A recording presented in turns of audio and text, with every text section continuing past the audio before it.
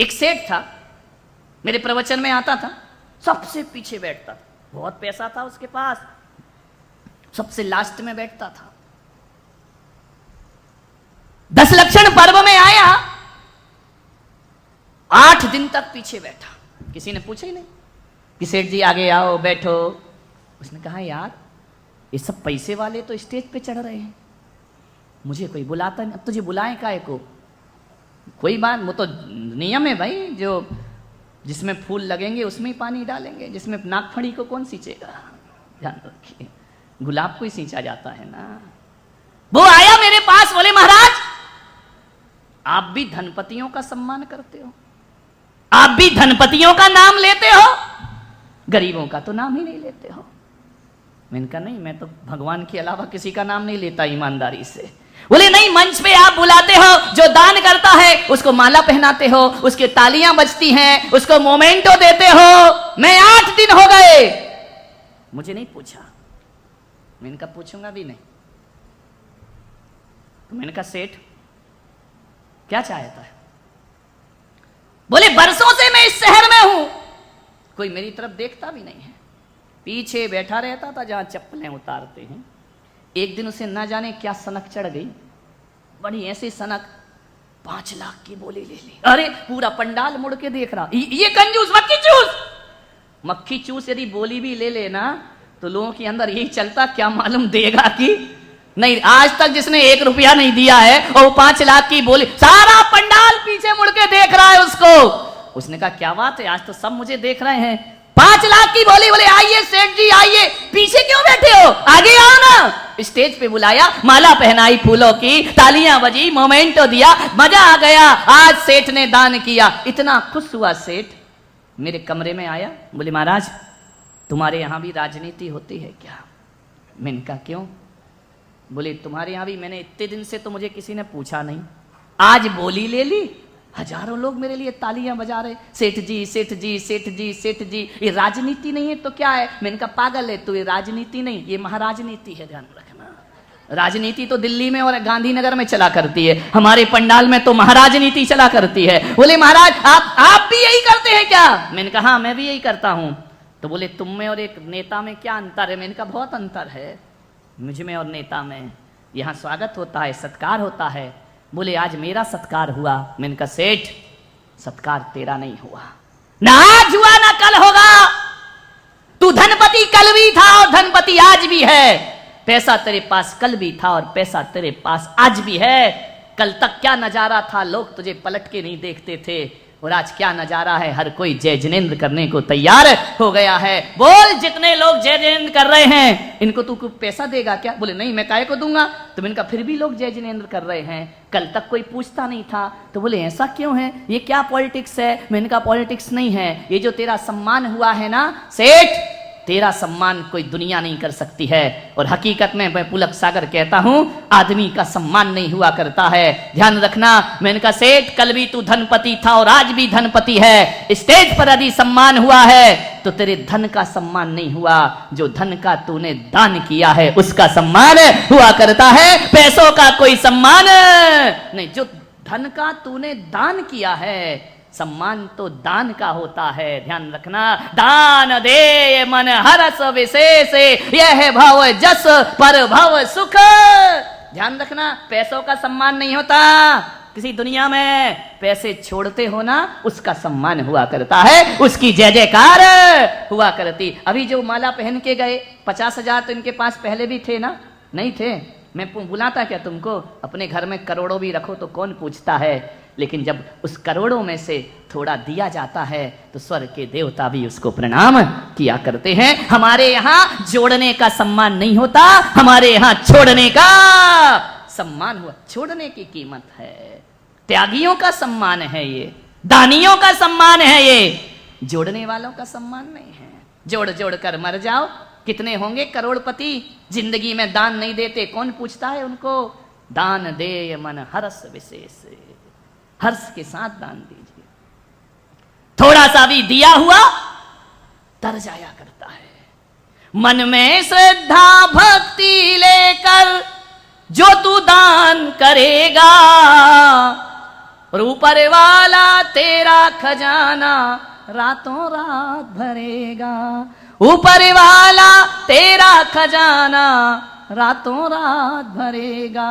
लगे कांपने हाथ, बता तू देना कब सीखेगा। जोड़ना ही जोड़ना सीखा, बटोरना ही बटोरना, मेरा तो मेरा, पड़ोसी का भी मेरा, उसका भी मेरा, बस चले तो मंदिर का भी मेरा। ध्यान रखना। लगे कांपने हाथ, बता तू देना कब सीखेगा। रोज वो तेरी लेन देन की खाता वही लिखेगा। और कैसे भुना सकेगा रे पगले, कैसे भुना सकेगा रे पगले, जब जमा ही कुछ न करेगा। ऊपर वाला तेरा खजाना रातों रात भरेगा। चंदन वाला के पास हीरे मोती होते ना, तो कोई पुलक सागर उसका प्रवचन में सम्मान से नाम नहीं ले रहा होता। चंदन वाला के पास अपार दौलत भी होती तो धार्मिक पुस्तकों में उसका नाम नहीं आता। लेकिन चंदन वाला जब भूखी रहकर किसी महावीर को आवाज लगाती है और कहती है कि आओ प्रभु, जब तक दूंगी नहीं तब तक ग्रहण नहीं करूंगी, ध्यान रखना, उसका नाम अमर हुआ करता है, जो लेने से पहले देना सीखा करता है। मान्यवर, मुनि को भोजन दे फिर निज करई आहारे। शास्त्रों में ये लिखा है, जब तक मुनि का आहार नहीं हो जाए भोजन नहीं करना। हमारे यहाँ तो नाश्ता करके आते हैं लोग, खा पी के चलो, हे स्वामी मन शुद्धि वचन शुद्धि, चल बड़ा पाव खा के आया, मन शुद्धि कर गया है। ध्यान रखना, विचार करना, जब तक मुनि का आहार ना हो जाए श्रावक भोजन नहीं करता है। ध्यान रखिए, कैसे अभागे घर हैं कि आपके यहां मुनि आए और आपके दरवाजे बंद हो, आपके शहर में मुनि आए, आपके घर उनके चरण ना पड़े। अभागे लोग हुआ करते हैं। ध्यान रखना, संत चरण जहां पड़ जाएं वो घर घर नहीं रहता, वो पूजा का स्थान हो जाया करता है। ध्यान रखिए, वो मंदिर हो जाता है। किस काम की दौलत एक संत की क्षुधा ना मिटा पाए? किस काम का वो पैसा कि एक संत तुम्हारे यहां भोजन को ना आए? साईं इतना दीजिए जा मैं कुटुंब समाए, मैं भी भूखा ना रहूं साधु ना भूखा जाए। ध्यान रखिए मान्यवर, घरों में चरण संतों के पड़। 16 तारीख से तैयार हो जाइए, मैं भी तैयार हूं, तुम भी तैयार। विचार करिए, संत चरण ना पड़े घरों में, घर बेकार हुआ करता है। मान अतिथि बनकर संत ना आए। एक बात याद रखना, कामी भोगी को कितना भी खिला देना, ये आ रहा ना, अभी पारणा होगी, इनको खिलाओगे, खाओ लोगों को। ध्यान रखिए मान्यवर, असली पारणा वो नहीं होती कि समाज आके खा के चली जाए। अरे असली पारणा तो तब होती है जब किसी संत का तुम्हारे घर में आगमन हो जाए। ध्यान रखिए, तपस्या की अनुमोदना वह साधना होती है। नहीं रिश्तेदार बुलाएंगे, यहां वहां के बुलाएंगे, क्या होगा? आचार्य पद्मनंदी महाराज पद्मनंदी पंचविंशतिका में लिखते हैं कि पूरी समाज को भोजन कराओ, उसमें वो आनंद नहीं आता। मुनि को एक गिलास भोजन दो, जीवन का आनंद आ जाया करता है। ध्यान रखिए, इनको क्या खिलाना? ये जिनने ना पर्यूषण किए, ना संयम उनके पास, ना त्याग उनके पास, उनको खिला के तपस्वियों की अनुमोदना। वाह रे भाई, ऐसे में कोई गरीब उपास करेगा जिसके पास साधन नहीं है? वो भावना भाएगा कि मैं उपास करूं? उपास करने का मतलब 2.5-3 लाख रुपए खर्च करना, ये त्याग की अनुमोदना है। ऐसे में तो मेरे धर्म में तपस्वियों की संख्या कम हो जाएगी। हर किसी का सामर्थ्य नहीं होता मेरे भाई। धनपति हो, अपने धन का ज्यादा दिखावा मत करो, ज्यादा रईसी मत दिखाओ। ध्यान रखिए, चरित्र की अनुमोदना करो। विचार करना है आपको, ये कहां की परंपरा है, कैसी खोटी परंपरा है। कोई उपास कर रहा है, तुम खाने जा रहे हो। समाज में मृत्यु भोज बंद हो गया है, समाज में ये भोज भी बंद होना चाहिए। ध्यान रखना, कोई गरीब कैसे उपास करेगा? क्या वो धर्म की साधना नहीं कर सकता? धर्म की तपस्या नहीं कर सकता? इतनी ही दौलत है तो किसी जिनालय में लगा दो, किसी गरीब को लगा दो। विचार करना है आपको, सोचना है। क्या मतलब शादी में खिलाओ, जन्मदिन में खिलाओ, उपवास में खिलाओ। कितने खाऊ हो रे तुम लोग, कहीं भी जाके खा आते हो। विचार करिए, सोचना है आपको। ये गलत कुरीतियां हैं, गलत परंपराएं हैं। हमारा पिछला तबका कभी धर्म में फिर आगे नहीं बढ़ पाएगा। ध्यान रखिए, तपस्याएं तो मत बेचो, तपस्याओं का तो ऐसा सम्मान मत कराओ, अनुमोदना करो उसके तप की, उसके साधना की। मान्यवर मैंने बात रखी है, करना नहीं करना तुम जानो, तुम्हारा काम जाने, कहना जगाना मेरा काम है, ध्यान रखिए।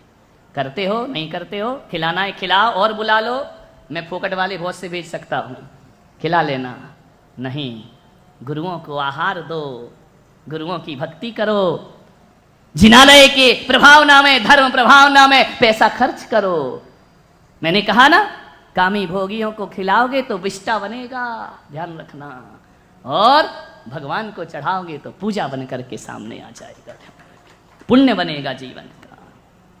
सोचिए, आज उत्तम त्याग का दिन है।